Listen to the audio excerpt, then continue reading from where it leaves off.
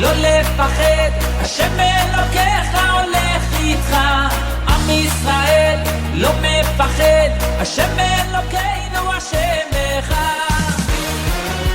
Bonjour à toutes et à tous et bienvenue dans votre émission du vendredi, l'univers de la Yeshiva. Nous sommes ce matin le vendredi d'avant Rosh Hashanah. Dimanche soir, c'est Rosh Hashanah.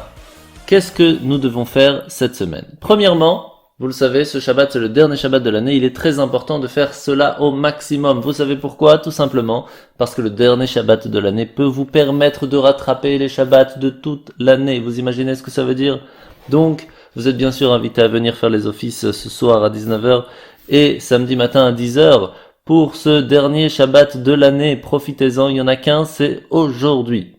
Dimanche matin, nous serons la veille de Rosh Hashanah. Premièrement, il est très important de venir à l'office. Pourquoi ? Parce que nous allons faire les selichot, les dernières prières de supplication où on demande à Kadosh Baruch Hu le pardon divin. Par contre, ce qui est assez intéressant, c'est que nous allons omettre de faire les tachanoun, les confessions, les supplications qui sont en règle générale dites tous les matins, car nous sommes dans une veille de fête. Veille de fête, nous sommes confiants et certains que Dieu nous jugera favorablement et qu'il nous bénira Bezrat Hashem pour toute la ville de Bruxelles, à chacun de ses enfants en nous accordant une bonne et douce nouvelle année. Par contre, pendant les 30 jours de Elul, nous avons sonné du shofar. Dimanche matin, nous ne sonnerons pas du shofar. Pourquoi ? Alors il y a plusieurs raisons, mais une des raisons les plus sympathiques, c'est parce que lorsque Satan voit à quel point nous sommes confiants, que nous n'avons plus besoin de demander pardon, plus besoin de sonner du shofar pour nous réveiller à être prêts pour le jugement divin de Rosh Hashanah, eh bien il perd toute assurance avec son dossier d'accusation qu'il peut avoir sur nous, et nous sommes tranquilles pour être jugés à avoir une bonne et douce année. Très très important par contre, n'oubliez pas, dimanche matin, de faire l'annulation des vœux, la Atarat Nedarim. Qu'est-ce que la Atarat Nedarim ? Bien en fait, il est coutume d'accomplir cette cérémonie appelée Atarat Nedarim, l'annulation des vœux, pour annuler les vœux qu'on aurait pu prendre sur soi, de façon à aborder le jour du jugement libre de toute faute liée au non-respect de ces vœux. Alors ça peut être plusieurs choses, par exemple, on prend sur soi de mettre les téfilines tous les jours, de donner de l'argent à un pauvre, d'aider sa femme, d'aider ses enfants, d'aider un ami, etc. Et on ne dit pas qu'on le fait sans promettre. On dit voilà, je vais t'aider, t'inquiète pas, et en fin de compte, on n'a pas eu la possibilité. C'est très problématique parce que lorsqu'on arrive au jour du jugement, Dieu nous pose la question, pourquoi tu ne l'as pas fait ? Tu as pris sur toi, tu as une parole, pourquoi ne l'as-tu pas tenue ? Alors à ce moment-là, nous allons faire cette prière de Atarat Nedarim, nous allons annuler ces vœux, en disant que si nous avions su que nous n'aurions pas pu la possibilité de le faire en fin de compte, nous n'aurions pas pris sur nous cette promesse. Et c'est ainsi que nous arrivons devant Dieu le jour de Rosh Hashanah avec moins de soucis et moins de stress pour la fête de Rosh Hashanah, pour ce jugement divin de la nouvelle année. Pour les femmes, il n'est pas coutume que les femmes fassent Atarat Nedarim puisque les hommes peuvent le faire pour eux. Les autres pratiques liées à la veille de Rosh Hashanah. Il est de coutume de rendre à la tombe des tzadikim, des personnes saintes et justes, et d'y prier pour avoir une bonne et douce année. Donc en fait, on demande aux tzadikim, aux justes, de intercéder à notre faveur, et nous prions à Dieu d'avoir pitié de nous, car c'est le mérite des justes qui repose en cet endroit. De nos jours, de nombreuses personnes se ressemblent auprès du Ohel, là où le rabbi de Lubavitch à New York repose, pour pouvoir demander un maximum de bonnes choses. On peut aussi envoyer un mail qui sera directement posé sur la tombe du rabbi de Lubavitch. Et pour savoir comment procéder, il est tout à fait simple, vous écrivez sur Google Ohel Chabad, ou alors tout simplement, vous allez sur Google et vous écrivez le tombeau du rabbi et vous pouvez envoyer directement un mail en envoyant toutes les bénédictions dont vous avez besoin pour cette nouvelle année. Très très important, pour les hommes, il est de coutume d'aller s'immerger dans un mikvé, le bain rituel en ce jour, pour se purifier afin d'entrer dans ces jours solennels, d'aller dans le mikvé. Alors pour savoir où est-ce qu'il y a un mikvé à Bruxelles, c'est très simple. Il y en a à Sharet Zion, il y en a à la Yeshiva, et pour cela il suffit de nous contacter ou demander à votre rabbin, il vous donnera tous les renseignements pour aller au mikvé. Donc venez dimanche matin vous tremper au mikvé, il est très très important de le faire. Je rappelle que si vous n'avez pas eu la possibilité de le faire dimanche, vous pouvez encore le faire lundi, mardi, jusqu'à Kippour, en tout cas au moins une fois avant Kippour. Pour les hommes, c'est vraiment très très très important. Il y a aussi d'autres personnes qui ont la coutume d'acheter un nouveau couteau avant Rosh Hashanah, ce qui est de bon augure pour la subsistance. Mais le plus important, c'est encore de faire les Teilim, les psaumes de David. Car comme les rabbis de nos comme il est connu que si seulement nous connaissions la puissance des versets des psaumes et ce qu'ils accomplissent dans les sphères célestes, nous n'aurions jamais arrêté de les réciter. Car les psaumes brisent toutes les barrières, s'élèvent de plus en plus haut sans aucun obstacle, présentent leurs supplications devant le Maître du monde et sont acceptés avec bonté et miséricorde. C'est pour cela que le jour précédent Rosh Hashanah, comme lorsque nous sommes le jour de Sachupa, le jour du mariage, nous faisons un maximum de Teilim pour que chaque moment de livre doit être passé à lire ces psaumes de Teilim du livre de David. De cette manière, nous puissions rentrer dans la nouvelle année dans la sainteté. Et nous continuons à le faire pendant toute la journée de Rosh Hashanah. Ça, c'est ce qu'il faut faire la veille de Rosh Hashanah. N'oubliez pas tout cela, car Rosh Hashanah, ça commence dimanche soir, et je vous souhaite à tous de passer une très très très bonne et douce année. Judaïka.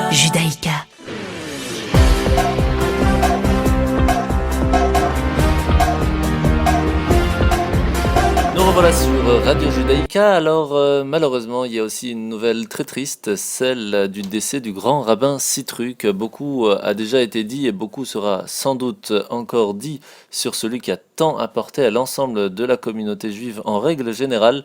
En tout cas, simplement pour joindre un modeste hommage à ceux qui lui ont très justement apporté, le Talmud enseigne que les sages n'ont pas besoin de monuments. Ce sont leurs actes qui leur en tiennent lieu. Il n'en existe pas d'exemple plus éclatant que celui du grand rabbin Sitruk. Il a su replacer le rabbin dans son rôle de toujours de guide, de conseiller, d'enseignant, pour la collectivité comme pour le particulier. Il sut montrer à quel point l'éternité du judaïsme détient des réponses pour la modernité. Il y consacra sa vie et façonna ainsi le visage de la communauté. L'homme qui nous a quittés est de ceux qu'on n'oublie pas. Puisse son souvenir être un exemple et une bénédiction pour tous. Voici les mots de Chaim Nissenbaum. Judaïka. Deuxième nouvelle pour cette semaine, comme sûrement vous l'avez déjà entendu à la radio, le 2 août 1923 naît Monsieur Shimon Peres. Et jusqu'au 28 septembre 2016, à l'âge de 93 ans, suite à un accident vasculaire cérébral, eh bien l'enterrement a eu lieu le vendredi 30 septembre. Après une carrière diplomatique entamée après la guerre d'indépendance israélienne, il devient un haut fonctionnaire au service du gouvernement israélien comme directeur adjoint, puis directeur général du ministère de la Défense entre 1953 et 1959. Après cette période, il commence une longue carrière politique qui les mène à 3 reprises au poste de Premier ministre de Pologne. Il arrive en Israël et sa carrière politique devient très grande. Après, vous aurez sûrement vu quelques photos de Shimon Peres à New York, chez le Rabbi de Lubavitch en 1970, ou Shimon Peres qui visite la yeshiva de Lod dans les années 80. En tout cas, que son âme soit élevée au Gan Eden et que nous ayons une pensée pour lui. Baruch Dayan Haemet. Judaïka.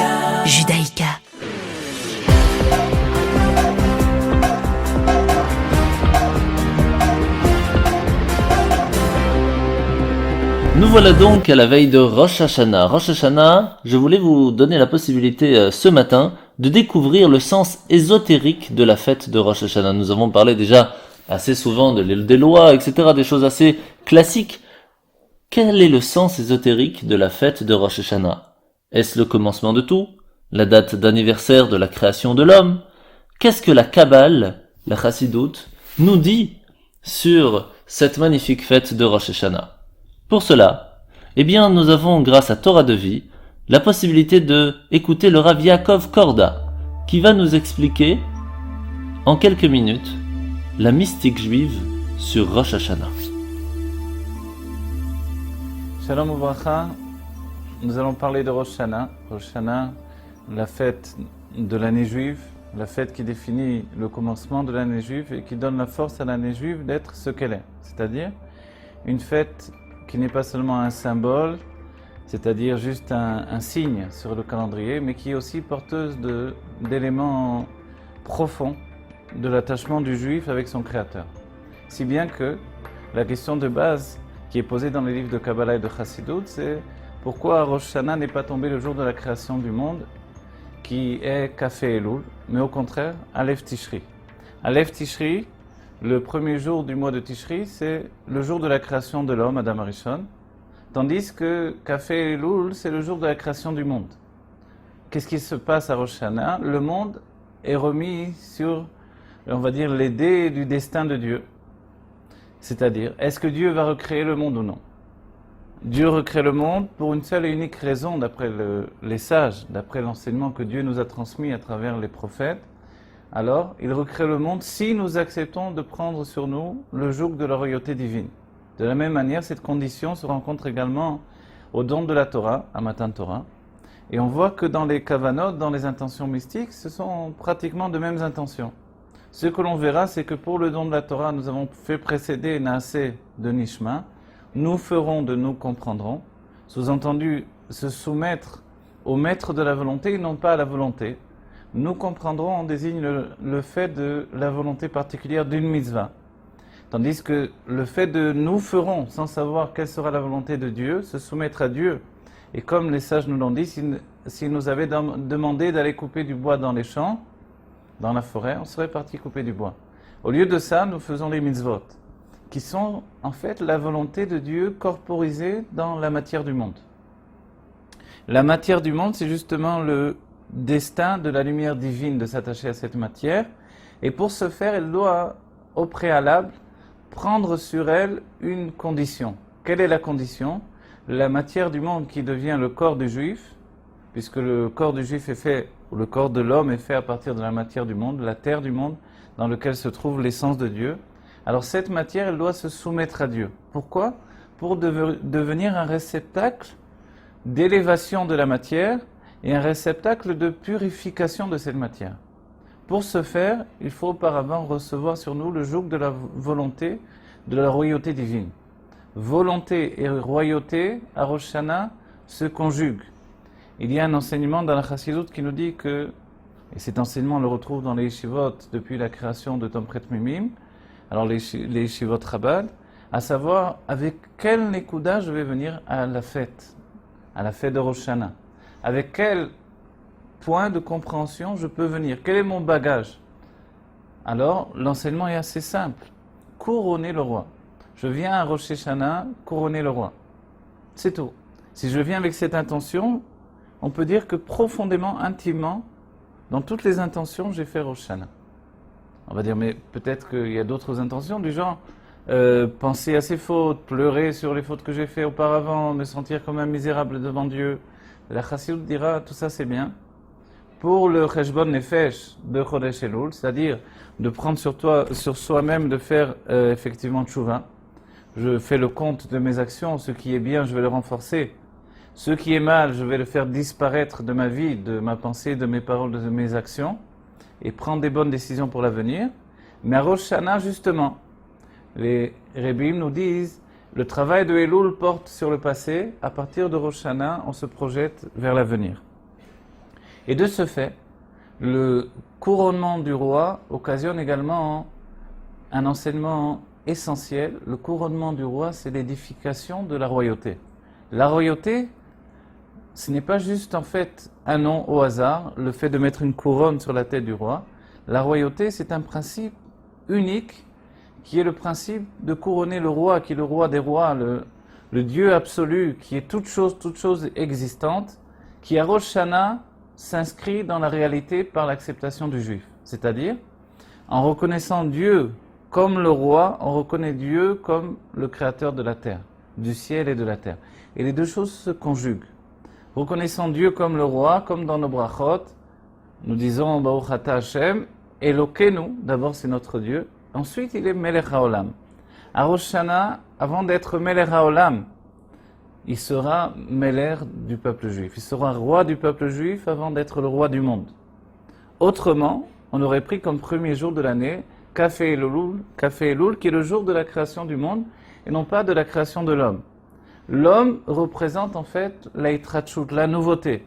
La nouveauté de l'homme, c'est cette faculté extraordinaire de se projeter depuis le bas vers le haut. C'est ça l'homme d'après la Kabbalah et la Chassidut. On cite assez souvent l'enseignement du Shla qui nous dit Adam, l'homme par excellence, c'est Adamé Laelion, qui ressemble au monde supérieur. En quoi il ressemble au monde supérieur?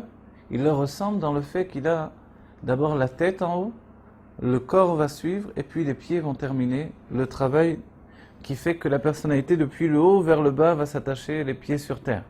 On va dire, mais est-ce que ce n'est pas le propre de toute la création d'être la tête en haut et puis les pieds en bas? On verra que les animaux ne vont pas de cette même manière. Les animaux ont la tête vers le bas et la tête et le corps sont au même niveau. Si bien que la spécificité de l'homme, c'est justement d'avoir la tête en haut. C'est-à-dire la possibilité de dégager sa tête de l'enfermement de la matière. Et de ce fait-là, Rosh Hashanah, nous venons dire à Dieu, voilà, c'est vrai que pendant toute l'année, j'ai été un homme attaché aux affaires de ce monde. Mais maintenant, depuis qu'il y a eu le travail du Chodesh Elul, du mois de Elul, où nous avons tous pris conscience que le roi se trouvait dans le champ, il se trouvait à portée de chacun d'entre nous, alors j'ai fait un travail véritable sur moi-même. J'ai travaillé pour devenir meilleur, tout simplement. Je ne dois pas, outre mesure, pleurer sur mon passé. J'ai fait une faute, Avera, de l'étymologie de Avra, qui est déjà au passé, et maintenant j'avance. J'avance vers quoi? Vers un homme meilleur. Cet homme meilleur, ce n'est que moi-même quand j'optimise toutes les forces de mon être pour le service de Dieu. Et c'est ce que dira le Rabbi Rayatz, un serviteur qui est intelligent doit donner son intelligence à son maître. Nous portons à Dieu toute notre intelligence. Et de ce fait-là, soumettre l'intelligence à Dieu, c'est ce qu'il y a de plus difficile. Soumettre son action, soumettre sa vie, même son argent, c'est peut-être moins difficile que de soumettre son intelligence. L'intelligence, c'est-à-dire la faculté de gérer une structure intellectuelle qui est à même de comprendre le monde qui m'entoure. Et ensuite de voir que le monde est sous la suprématie de cette intelligence. Et c'est le règne de l'homme, l'homme intelligent. Le règne de l'université, de la science, vient le peuple juif et il dit, il y a quelque chose au-dessus de ça. Il faut que l'université, la science, la matière, le monde, tout se mette au service de Dieu. Comment je peux l'occasionner?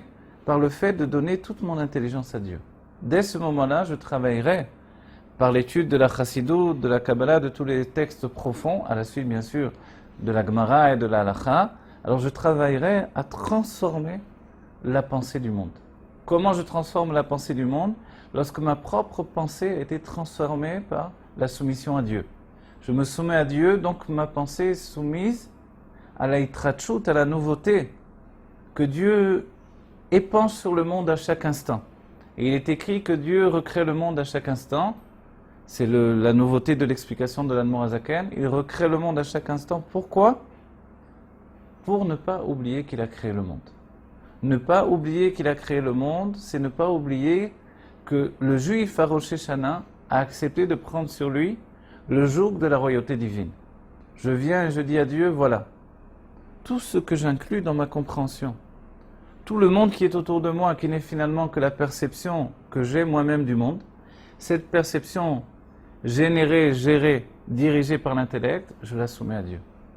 Je la soumets à toi, qui est le roi des rois, le Dieu absolu, qui est toute chose et qui est le monde lui-même. De ce fait-là, toute la création se soumet à Dieu. Alors, dans l'ordre des choses, automatiquement le monde est recréé. Non pas le monde naturel, qui est né au moment de la création du monde, Kafé Elul, mais le monde perçu dans l'intelligence de l'homme, l'homme juif. Ce monde-là est recréé à Rosh Hashanah. Il est dit que lorsque nous entendons le shofar, à ce moment-là, le monde est recréé. Il est recréé à partir du néant. Le néant, c'est l'instant qui précède le monde. Et là, on doit préciser, il est écrit dans le Zohar que le ta'anoug, le plaisir, est appelé la tête du néant. La tête du néant qui est le plaisir, c'est en fait pour Dieu le plaisir de gouverner. Qu'est-ce qui entraîne la volonté? La volonté pour Dieu de gouverner, c'est le plaisir de gouverner. C'est la différence entre avadim et banim. Avadim, des serviteurs de Dieu, et Banim, des enfants de Dieu. L'enfant découle du plaisir du père et de la mère, tandis que le Eved, le serviteur, lui, il va être le fruit de la volonté du maître. Maintenant, en se soumettant à Dieu, comme à Matan Torah, au don de la Torah, où nous disons Naaseh, nous ferons et ensuite nous comprendrons, alors dans ce cas-là, on peut effectivement être un Eved, un serviteur de Dieu. À Rosh Hashanah, il ne suffit pas d'être un Eved, un serviteur de Dieu, on mettra en avant également les Banim. Banim, le fait d'être fils de Dieu, c'est de dire que, au-delà de tout, nous venons de la pensée intime et profonde, le plaisir intime et profond du Créateur qui est comparable au plaisir d'un père et l'amour d'un père qu'il a pour son enfant. De cette manière-là, Rosh Hashanah, en venant avec toute cette conscience-là, Dieu est proche de nous et nous sommes proches de lui. Et c'est une tchouva adulte, un niveau de conscience adulte qui fait que je donne à Dieu l'enfant qui est en moi pour pouvoir éveiller en lui le plaisir de gouverner. Non pas de gouverner simplement un peuple d'esclaves, de serviteurs, mais un peuple qui est un peuple fils. Quelque chose qui vient de sa propre intimité. Et pour éveiller ceci, il faut la tkia du shofar, qui est comparable, donc le son du shofar, ce cri du shofar, qui est comparable aux pleurs de l'enfant qui pleure et qui appelle son père et qui lui dit qu'il veut lui revenir. Voilà, que l'on ait un Rosh Hashanah de lumière, un Rosh Hashanah de recommencement absolu, que Dieu fasse que l'on vive la Géoula Mitis Vashlema, Terefomia. חתימה, חתימה טובה בשמחה, בשמחה, בשירה ובזמרה. Je vous souhaite de tout cœur pour vous et le clan d'Israël. חתימה, חתימה טובה. חתימה, חתימה טובה בשמחה, בשמחה, בשירה ובזמרה. Je vous souhaite de tout cœur pour vous et le clan d'Israël. חתימה, חתימה טובה. חתימה טובה בשמחה, בשמחה, בשירה ובזמרה. Je vous souhaite de tout cœur pour vous et le clan d'Israël. חתימה, חתימה טובה. גמר חתימה טובה. חסימה טובה to everybody. Judaïka.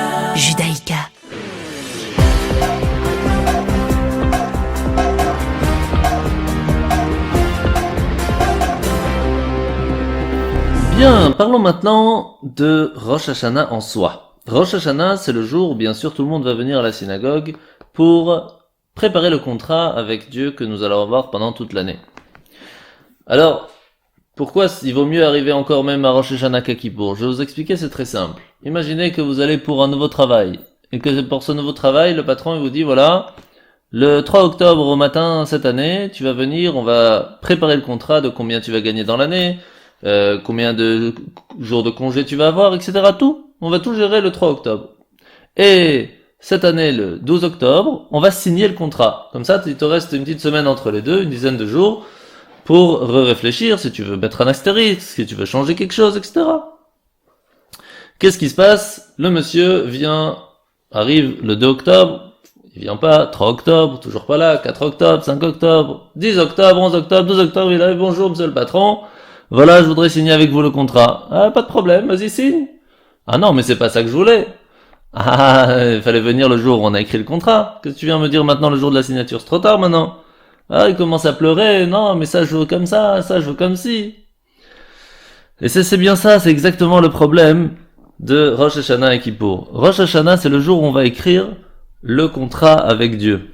Vous imaginez un petit peu que Rosh Hashanah, tout va être fixé. Ça va être fixé combien on va gagner dans l'année. Ça va être fixé ce qu'on va pouvoir manger. Ça va être fixé combien de santé on va avoir. Ça va être fixé si on va se marier. Ça va être fixé combien de bonheur on va avoir. Comment vont être les enfants. Comment va se passer les études. Tout est fixé à Rosh Hashanah. Tout. Sauf deux choses. L'argent que nous allons dépenser pour Shabbat et les fêtes, ça Dieu nous rembourse à part. et l'argent que nous allons dépenser pour l'éducation de nos enfants. Ça, c'est aussi remboursé à part. Donc, est-ce que vous imaginez un petit peu arriver le jour de la signature du contrat, le jour de Kippour, sans avoir discuté de tout ça avant? Et c'est exactement pour ça qu'il est très très important de venir à Rosh Hashanah à la prière, parce qu'il y a plusieurs étapes où on va parler à chaque fois de quelque chose d'autre qui va être fixé dans l'année. Le soir de Rosh Hashanah, on va faire la première prière pour recevoir la Parnassa. Après, le lendemain matin, on va d'abord donner des louanges. Vous savez, si vous arrivez devant un président et que vous lui dites « Bonjour, j'ai besoin », il va vous dire « Bonjour, au revoir ». Donc, comment est-ce qu'on fait? D'abord, on fait des louanges. On dit voilà, merci pour tout ce que tu m'as donné l'année dernière. Merci pour la possibilité que tu nous donnes la possibilité de vivre, de te réveiller ce matin, etc. Et après qu'on ait fait des louanges, à ce moment-là, on peut commencer à demander. Et lorsqu'on va faire la Mida, alors on va demander pour une bonne et douce année, pour que l'année se passe bien, qu'il y ait du bonheur, que nous ayons le sourire, que la Parnassa se fasse bien, qu'il y ait du Shalom Bayit avec le couple, que les enfants se portent bien, qu'ils réussissent dans leurs études, etc. Donc il y a plusieurs étapes, on peut pas arriver comme ça en plein milieu et demander comme ça, on peut, mais ça va pas se passer de la même façon. C'est pour cela qu'il y a plusieurs étapes dans tout. Et que Rosh Hashanah est une étape prépondérante avant Kippour. Très, très, très important. Donc Rosh Hashanah, on va dire cette phrase, Sefer Chaim, Bracha Veshalom ou Parnassa Tova, que dans le livre de la vie, de la bénédiction et la paix, nous ayons une bonne Parnassa, une bonne subsistance. Alors, une fois, on a posé la question à Rav, qu'est-ce qui va se passer si les prix vont augmenter? La réponse a été toute simple, et il lui a dit de ne pas se tourmenter, car à Rosh Hashanah est fixé exactement la quantité de nourriture que chacun va recevoir, et pas seulement la somme d'argent, ce qui fait que si les prix vont monter, eh bien la somme que nous allons recevoir sera plus grande, tout simplement. Donc, il n'y a vraiment aucun stress à partir du moment où on se prépare vraiment bien à Rosh Hashanah. Pendant Rosh Hashanah, nous allons chanter cette chanson dans la prière Hayom Harat Olam. Hayom Harat Olam, aujourd'hui le monde est né. Sur cela, le Rabbani m'explique tout simplement que Rosh Hashanah c'est comme une grossesse. La grossesse, c'est la préparation au fœtus à la vie future. Les 2 premiers jours de l'année, les 2 premiers jours de Rosh Hashanah sont comme la grossesse de toute l'année. Lorsque une maman va être en colère pendant sa grossesse, l'enfant va ressentir cette colère, va ressentir la peur, va ressentir aussi le bien, et tout ce qui va se passer pendant Rosh Hashanah va avoir une influence très très forte sur toute l'année. C'est pour cela que Rosh Hashanah est peut-être même encore plus importante qu'à Kippour. C'est pour cela qu'il faut absolument venir demander tout ce que vous avez besoin pour Rosh Hashanah.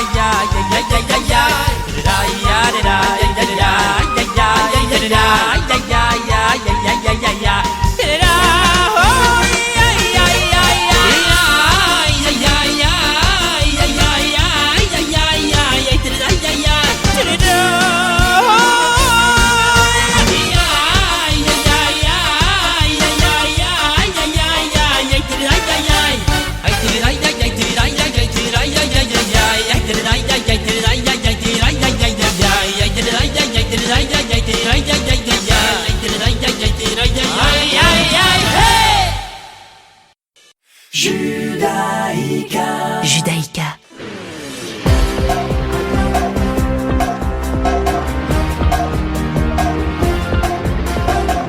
Bien sûr, le jour de Rosh Hashanah, nous allons aussi sonner du shofar. Quelles sont les raisons à ce que nous allons sonner du shofar? Premièrement, en ce jour, Dieu a créé le monde, et de ce fait, il s'est proclamé maître absolu du monde qu'il a conçu et créé. Et c'est l'habitude des rois d'être annoncés par des fanfares, et c'est pour cela que le jour de l'anniversaire de son règne, eh bien, nous sonnons tout simplement du shofar. En deuxième position, Rosh Hashanah introduit aussi la période des 10 jours de pénitence, 10 jours de Teshuvah. Et le shofar doit nous exhorter à la pénitence, nous rappeler qu'il est possible à chacun de revenir vers Dieu, n'est jamais trop tard. Le jour de Kippour va pouvoir nous faire pardonner vraiment presque tout. En troisième position, le son du shofar doit nous évoquer aussi la révélation au mont Sinaï, qui a donc précédé d'un son de corps puissant. Et c'est à ce moment-là que nous avons dit ces deux mots, Naase Venishma, nous ferons puis nous comprendrons, lorsque nous avons reçu pour la première fois la Torah en 2448 de l'ère juive. En quatrième position, le son du shofar nous rappelle aussi les messages de nos prophètes, qui sont comparés dans Yecheskel, dans les prophètes, à la voix du shofar. Le son du shofar aussi vient nous rappeler la destruction du temple, car les fanfares guerrières des ennemis qui, par 2 fois, nous ont vaincus lorsqu'ils ont détruit le temple, eh bien, nous supplierons à Kadosh Baruch Hu, à Dieu, de mettre fin à nos malheurs et de reconstruire le temple et le sanctuaire. Bien sûr, cette explication tout à fait simple et rappelle, lorsque nous sonnons du shofar dans une corne de bélier, nous rappelle le sacrifice d'Isaac, le sacrifice d'Yitzhak, qu'il était prêt à donner sa vie en l'honneur de Akadosh Baruch Hu, en l'honneur d'Hachem, et en l'honneur de notre patriarche, nous rappelons cette miséricorde qui, par ces titres, nous confère cette filiation et ainsi nous donne la possibilité de nous rapprocher de Dieu et d'être pardonnés pour avoir une bonne et douce année. En septième, c'est qu'en entendant les sons du shofar, nous sommes bien sûr brisés et humiliés devant le Créateur. C'est l'effet de la Troua, puisqu'il est écrit dans Amos, « Le shofar sonnera-t-il dans une ville sans mettre son peuple en émoi ?» Et c'est pour cela que nous devons nous faire une petite réflexion. Où en sommes-nous? Est-ce qu'il y a encore des choses à réparer avant ce jour du jugement? Le son du shofar évoque pour nous le dernier jugement. Comme il est écrit dans Tsephania, il est proche le grand jour d'Hachem, il est proche, et vient avec une très grande rapidité, un jour de trompette et de fanfare.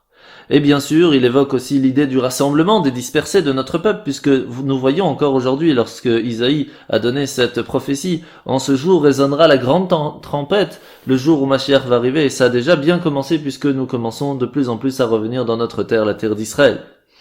Et aussi, en dernière position, la résurrection des morts. La 10e est afin de nous souvenir de la résurrection des morts, comme nous le rapporte le prophète Ishaïa dans le verset Kol yoshve tevel veshorne haaretz kinson esarim, tir'u vechitko hashofar tishma'u. Lorsque vous tous qui habitez dans le globe, qui peuplez la terre, Quand la bannière se dressera sur les montagnes, regardez lorsque sonnera le shofar et écoutez. Eh bien, à ce moment-là, ça nous rappelle aussi la résurrection des morts. Vous le savez, la résurrection des morts, c'est pas seulement pour aujourd'hui, en tout cas. On espère que déjà Mashiach arrive, mais il y a la résurrection des personnes qui sont mortes spirituellement. Ça veut dire qu'on est tellement ancré dans ce monde qu'on oublie complètement Dieu. Le shofar nous réveille notre âme pour essayer de nous réveiller à se rapprocher de notre Créateur. Et ça, c'est la force du shofar de Rosh Hashanah.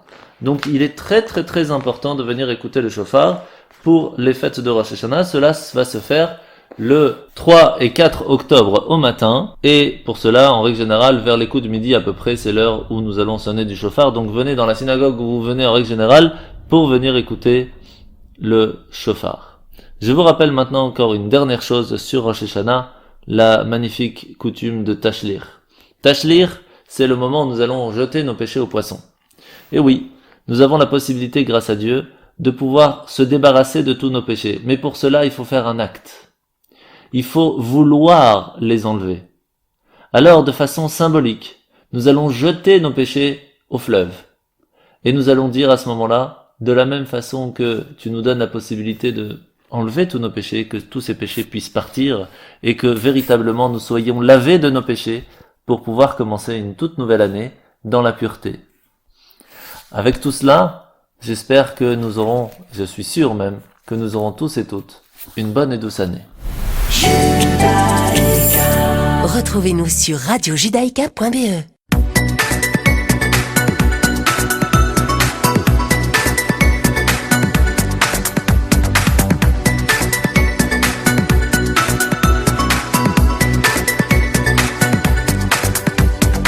Voilà, nous avons fini de parler un petit peu sur Rosh Hashanah. Bien sûr, il y a encore des tonnes à dire, mais on peut pas tout dire en une petite heure.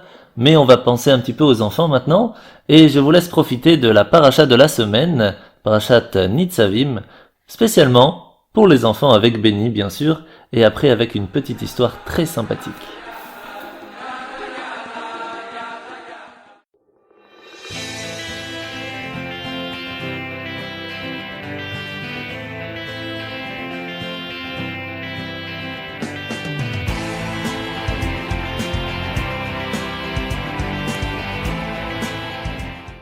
Alors c'est parti.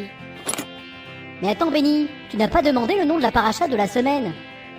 Mais oui, c'est quoi le nom de la paracha de la semaine? Bravo, la paracha de la semaine, c'est Nitzavim. La paracha de la semaine, la paracha, c'est Nitzavim. La paracha de la semaine, la paracha, c'est Nitzavim. Bonjour les enfants. Bonjour Rav. Dans la paracha de cette semaine, la Torah nous cite les versets suivants. Elle n'est pas au ciel et elle n'est pas au-delà des mers, elle est tout près de toi, dans ta bouche et dans ton cœur. De quoi nous parlent ces versets? Moi, je donne ma langue au chat.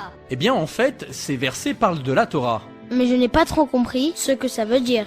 Tu sais Benny que nous avons en nous deux penchants. Il y a le Yetzeratov qui nous encourage à faire le bien. Sois gentil, dis merci, prête tes affaires. Et il y a aussi le Yetzerara qui nous pousse à faire le mal. Prends sa place, laisse-le se débrouiller. Fais comme si tu n'avais rien entendu. Tout au long de la vie, nous devons nous battre contre ce Yetzerara qui nous tend des pièges. Piège? Un piège très fréquent, c'est justement cette voix intérieure qui nous dit « La Torah est trop difficile pour toi, n'essaye pas de faire des efforts. Tu n'arriveras pas à faire toutes ces mitzvot. » Le Yetzerara veut nous faire croire qu'on n'est pas capable et qu'on n'y arrivera pas. C'est comme s'il nous disait que la Torah est dans le ciel, c'est-à-dire qu'il est impossible de la pratiquer. Ah, je commence à comprendre les versets de la paracha.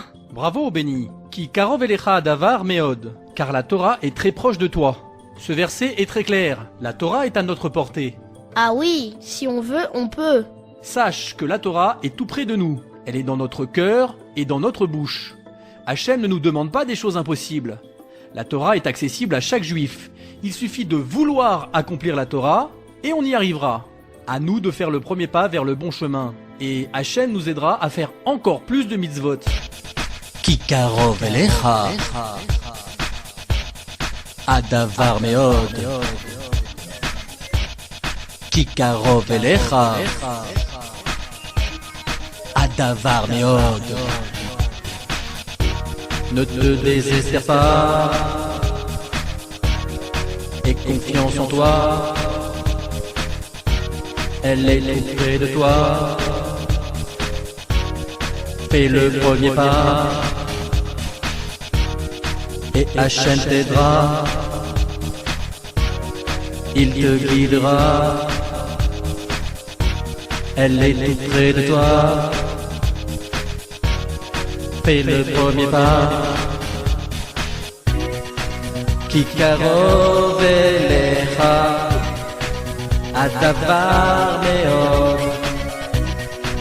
Ki karov elecha adavar meod. Adavar meod. Meod. Shabbat Shalom les enfants. Écoutez le changement.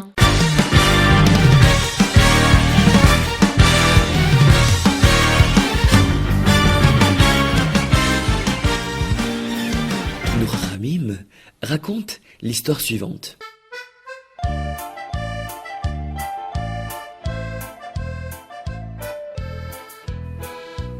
Un grand Talmid Chacham, du nom de Rav Safra, passait la plupart de ses journées à étudier la Torah.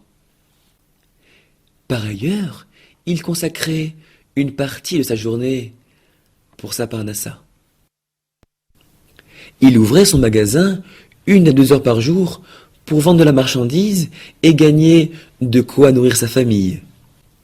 Un jour, un client entra dans son magasin. Le client trouva Rav Safra plongé dans un séfer.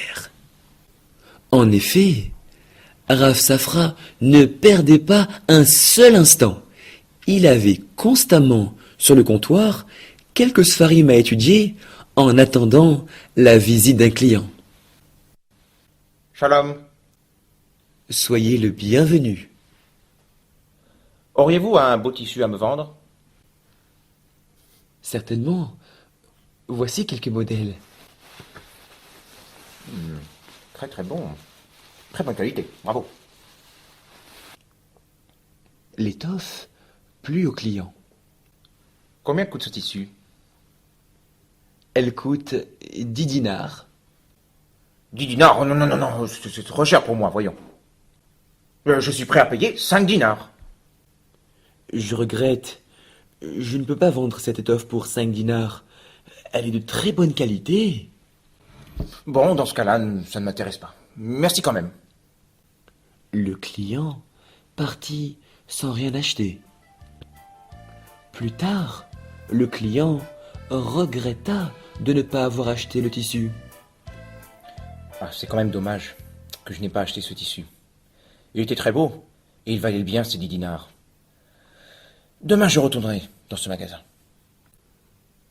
Rav Safra, de son côté, réfléchit lui aussi. C'est dommage que j'ai refusé de lui vendre le tissu pour 5 dinars. C'est réellement un prix trop bas, mais j'ai besoin d'argent. Si le client revient demain, je lui vendrai le tissu pour 5 dinars. Le lendemain matin, le client retourna chez Rav Safra. Shalom, je suis venu pour le tissu que je voulais acheter hier. Je suis prêt à payer les 10 dinars pour le tissu, comme vous me l'avez demandé.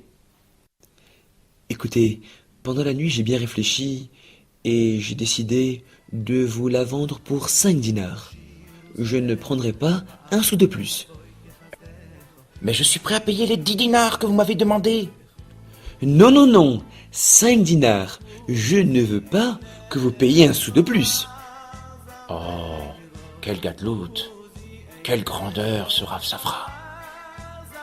Mes chers enfants, nous voyons à travers ce maasé combien celui qui s'est rempli de Torah fait preuve d'une honnêteté exemplaire. Judaïka.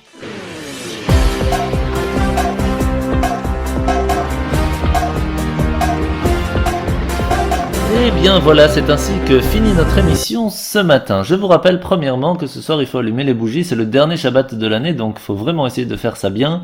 Ce soir à 19h04, et que Shabbat Nitzavim se finira samedi soir à 20h10. Alors attention, à partir de maintenant je vais vous donner les horaires des fêtes de Rosh Hashanah. Comment ça fonctionne? C'est très simple. Premièrement, les allumages des bougies du dimanche 2 octobre au soir sera à 18h59, donc il faudra allumer avant 19h. À partir de ce moment-là, nous sommes dans la fête de Rosh Hashanah. Ce qui veut dire que lorsque lundi soir nous allons allumer les bougies de Rosh Hashanah du deuxième jour, nous ne pouvons pas allumer les bougies avec une allumette. Nous devrons absolument avoir une bougie déjà allumée et de cette bougie prendre une allumette pour en allumer une deuxième. Donc allumer à partir d'un feu existant. Donc nous faisons deux bénédictions, la bénédiction de Rosh Hashanah, puis la bénédiction de Shechianu pour la nouvelle année.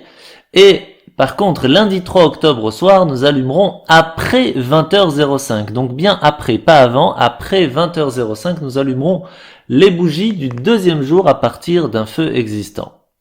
Maintenant, je vais vous donner les horaires des offices. Alors les offices, c'est très simple. À la Yeshiva, c'est très très simple. C'est toute l'année, 19h le soir et 10h le matin. Toute l'année. Spécialement pour Rosh Hashanah et Kippour, nous allons faire les prières du matin une demi-heure à l'avance, donc à 9h30, pour pouvoir finir assez tôt. Mais c'est toujours très simple, c'est 19h le soir. Donc s'il y a un office, quoi qu'il se passe, il y a Rosh Hashanah, Kippour, Sukkot, Pessah, Shavuot, à chaque fois qu'il y a un office pour une fête ou un Shabbat, vous savez qu'à la Yeshiva c'est à 19h. Donc venez à 19h pour venir profiter de l'office de Rosh Hashanah. N'oubliez pas qu'il faut tremper la pomme dans le miel, qu'il faut aussi manger de la grenade, qu'il faut pour les séfarades manger des dattes, etc., etc. Tout cela on le répète tous les ans. Mais très très important pour le premier soir de Rosh Hashanah. Le matin, n'oubliez pas de venir écouter le shofar.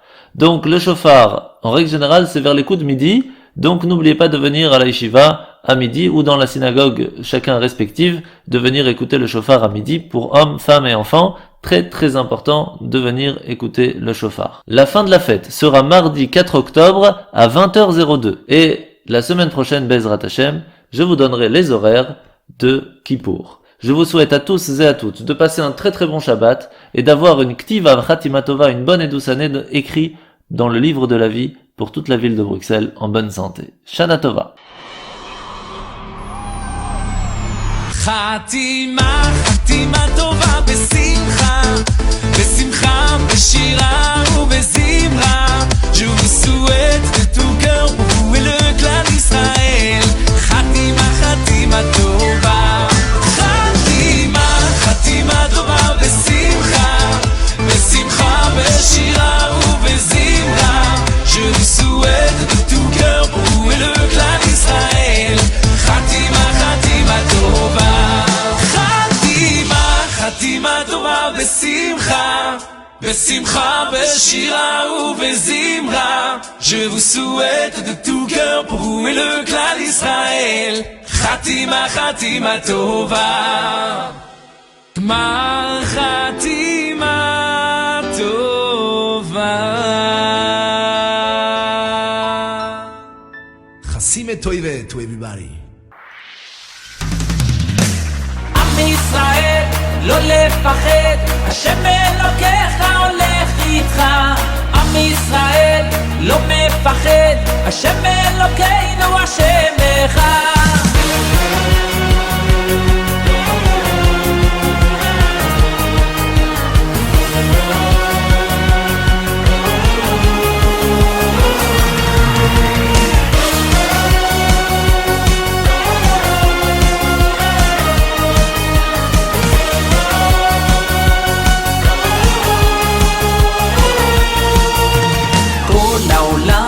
גשר צר, והעיקר לא לפחד כלל, ומלמעלה הוא שומר, צר ואויב לא יתקרב, אח לאח ויד ביד, ישראל זה עם אחד, ומלמעלה הוא עוזר, שומר שומר ישראל.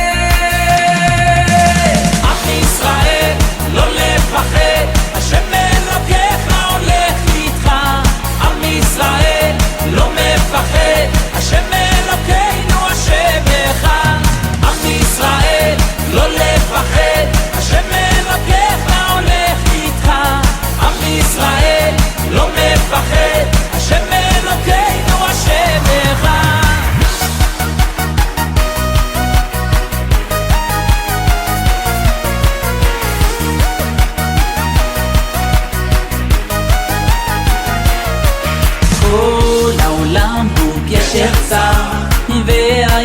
לא לפחד כלל, ומלמעלה הוא שומר, צר ואויב לא יתקרב. אח לאח ויד ביד, ישראל זה עמך, ומלמעלה הוא עוזר, שומר שומר